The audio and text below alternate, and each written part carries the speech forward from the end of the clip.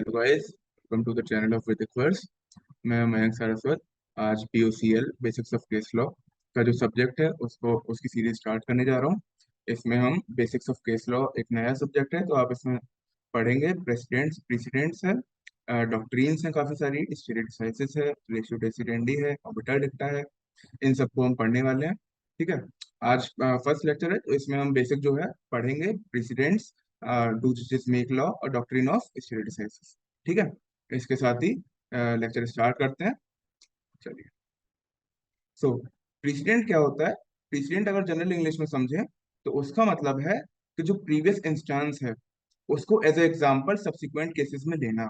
आगे वाले जो फॉलोड केसेस होंगे, आगे वाले जो फ्यूचर केसेस होंगे, उनमें एज ए रेफरेंस उनको अप्लाई करना, प्रीवियस केसेस के जजमेंट्स को या फिर जो भी है इंस्टेंसेस को। ठीक है।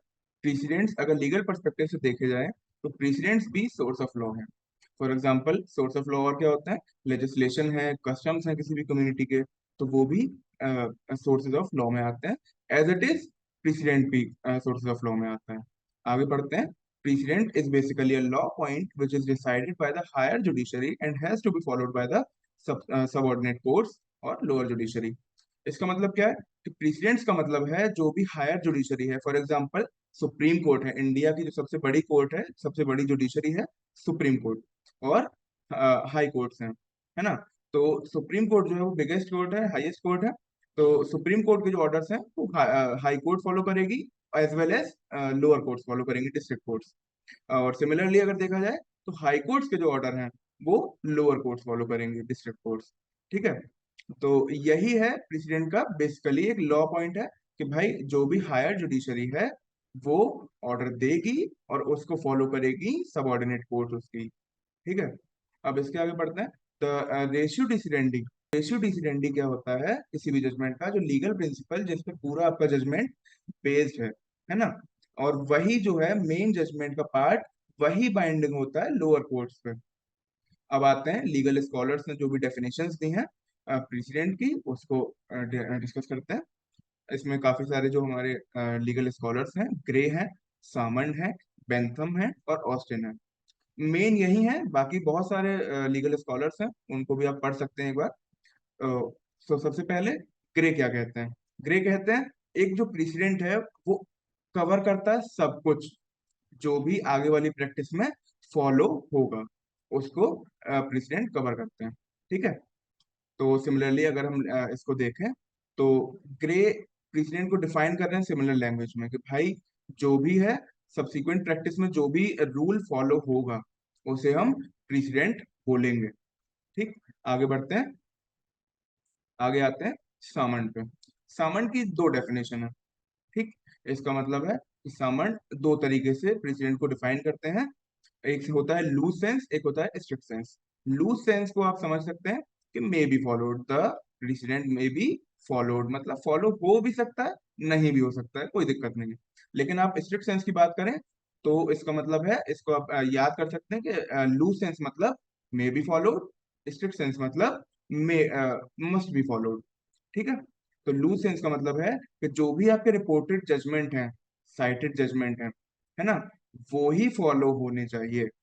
और मे बी आप फॉलो कर सकते हैं, मे बी आप फॉलो नहीं कर सकते हैं, it's upon the description of the court. ठीक है। तो अब आते हैं स्ट्रिक्ट सेंस पे। इसका मतलब है ग्रेट स्ट्रिक्ट सेंस में वो क्या कहते हैं सामन, कि भाई तुम्हारे जो भी प्रेसिडेंट्स हैं उनको तुम्हें फॉलो करना ही पड़ेगा, you have no other option. ठीक है। जो आपके प्रेसिडेंट्स हैं उनको आपको अथॉरिटी जो है उसको आपको फॉलो करना पड़ेगा, क्योंकि वो आपके हायर कोर्ट्स ने ऑर्डर दिया है, उसको आपको फॉलो करना ही पड़ेगा इन एनी सिचुएशन। अब आगे आते हैं बेंथम पे। बेंथम और ऑस्टिन की आप सिमिलर डेफिनेशंस देख सकते हैं, बिल्कुल सिमिलर है और बेसिक डेफिनेशंस हैं। बेंथम कहते हैं प्रेसिडेंट्स आर जजेस मेड लॉ, जो कि बिल्कुल नॉर्मल सी बात है कि भाई जज जब जजमेंट देंगे तो ऑब्वियसली वही लॉ बनेगा। ठीक। ऑस्टिन कहते हैं प्रेसिडेंट्स आर जुडिशरीज लॉ। तो ये सिमिलर डेफिनेशंस हैं, इनको आप बहुत इजीली समझ सकते हैं। अब आते हैं precedent as a source of law. तो सबसे पहले बात करते हैं कि प्रेसिडेंट सोर्स ऑफ लॉ क्यों माना जाता है।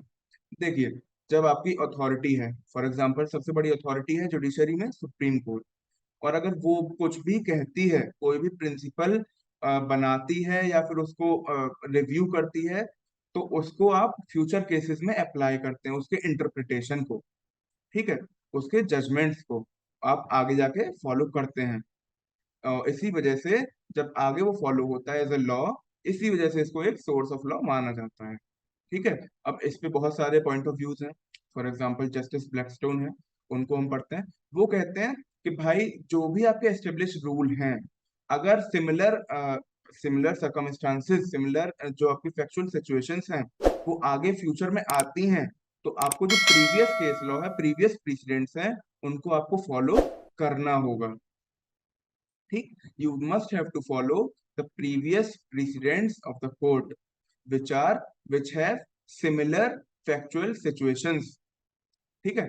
अगर आगे बढ़ते हैं, जस्टिस कार्डोजो हैं, वो क्या कहते हैं कि जस्टिस कार्डोजो कहते हैं, उनकी सिंपल प्रिंसिपल है, adherence of the doctrine of president should be a rule and not an exception. इसको आप एज एक तरीके से आप देख सकते हैं कि जो स्ट्रिक्ट सेंस था, सामन का स्ट्रिक्ट सेंस क्या था, कि must be followed, the president must be followed, उसको आप यहाँ पे एक बार रिलेट कर सकते हैं बहुत इजीली, है ना। ये क्या कहते हैं, जस्टिस कार्डोजो की प्रिंसिपल क्या कहती है कि the doctrine of president should be a rule and not an exception. आपकी जो डॉक्ट्रिन ऑफ प्रेसिडेंट है, वो रूल है और वो फॉलो होनी चाहिए, वो एक्सेप्शन नहीं है जो आप छोड़ सकते हैं, आपको फॉलो करना ही पड़ेगा। हाँ, तो आगे बढ़ते हैं।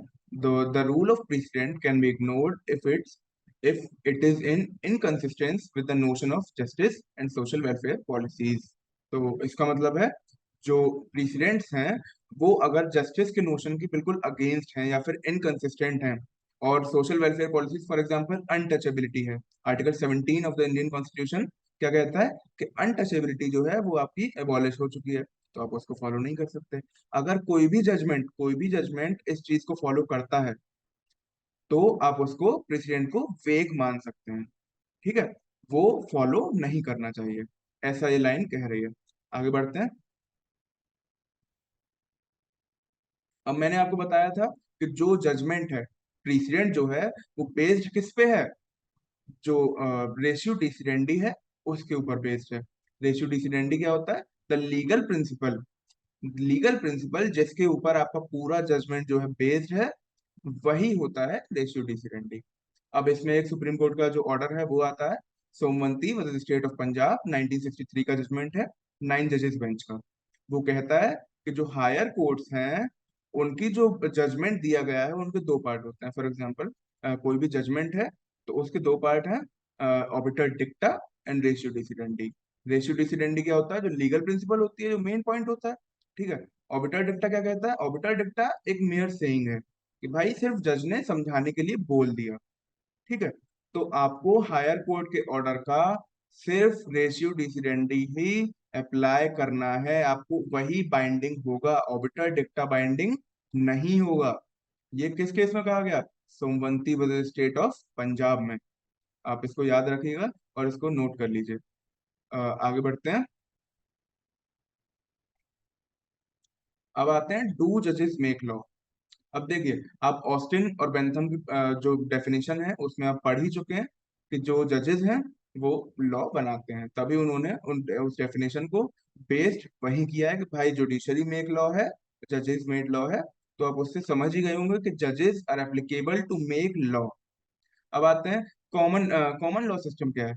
कॉमन लॉ सिस्टम है जिनमें प्रेसिडेंट्स को बहुत ज्यादा वैल्यू दी जाती है। For example, common law system है इंग्लैंड में। इंग्लैंड में कोई भी रिटन लॉ नहीं है, इसलिए वहां के जजेस का जो डिसीजन है, उसी को एज अ लॉ माना जाता है। ठीक है। इसीलिए वही इंडिया फॉलो करता है, कॉमन लॉ सिस्टम जो है इंडिया भी फॉलो करता है। तो इसीलिए प्रेसिडेंट्स को जजेस मेड लॉ भी कहा जाता है, और जजेस फाइनली मतलब ऑब्वियसली लॉ बनाते हैं। ठीक है। अब इसके पॉइंट्स पढ़ते हैं कि जजेस लॉ किस तरीके से बनाते हैं और वो क्या हेल्प होती है उससे हमें। तो सबसे पहले आते हैं, जजेस इंटरप्रिटेशन के थ्रू लॉ बनाते हैं। First point is interpretation.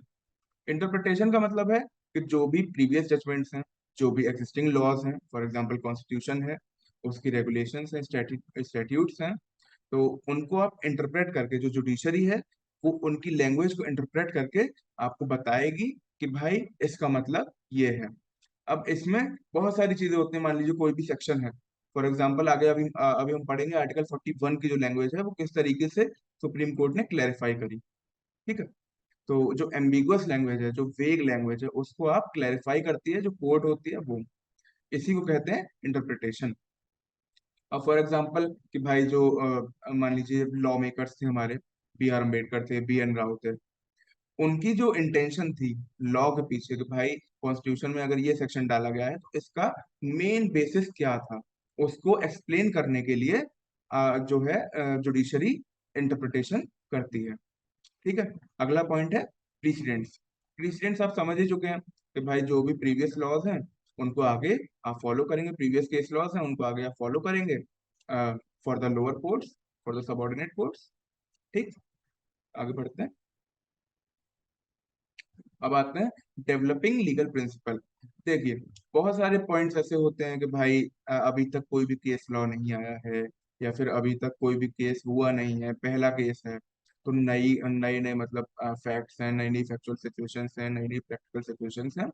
तो उसमें जुडिशरी को है अपॉर्चुनिटी मिल जाती है जो है ना, जुडिशरी को अपॉर्चुनिटी मिल जाती है और वो नए लॉज को डेवलप कर सकती है।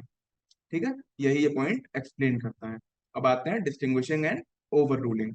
डिस्टिंग्विशन एंड ओवर रूलिंग आगे आप फर्दर पढ़ेंगे, बहुत छोटे छोटे कॉन्सेप्ट्स हैं।